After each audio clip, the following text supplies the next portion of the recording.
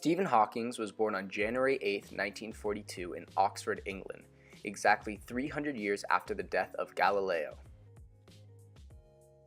His parents' names were Frank and Isabel, and had two younger siblings named Philippa and Mary, and one older brother named Edward.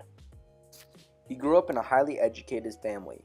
Both his parents had attended Oxford University. His father, Frank, was a medical researcher and mother, political activist.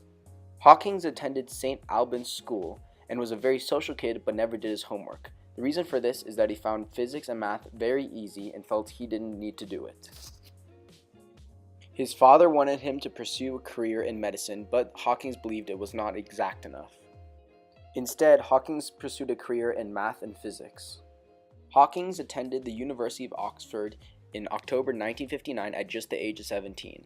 While at Oxford, he found the work to be ridiculously easy, so he decided to join the rowing team in order to take up some time. In 1962, he graduated from Oxford with first-class honors in physics and moved on to earn his PhD at Cambridge University, which would be a turning point in his career. It was then Hawkins decided to pursue the study of cosmology. In early 1963, just shy of his 21st birthday, Hawkins was diagnosed with ALS, and doctors gave him precisely 2 years to live. Later that year, Hawkins was forced to use a wheelchair in order to move around. In 1985, he lost the ability to speak because of a tracheotomy.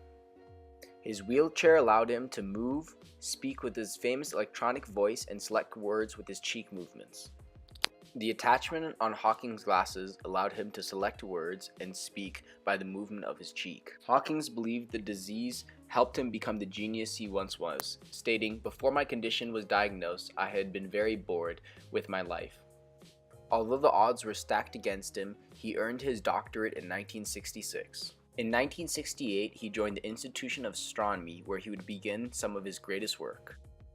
Hawkings and Roger Penrose came up with a theory that the universe began as a singularity. A singularity is a point where some property is infinite. An example of this would be the center of a black hole.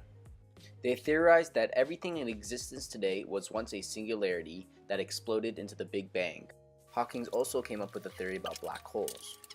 By combining Einstein's theory and quantum mechanics, he was able to come up that black holes emit radiation. And this was the equation he used to prove it. S stood for entropy, A stood for the physical properties of a black hole, K stood for Boltzmann's constant, and C stood for the speed of light. Hawkins had written many books throughout his lifetime, but his most famous was A Brief History in Time. This book was published in 1988. It talked about the concepts in space and time, the building blocks in the universe, and was Hawking's most popular book.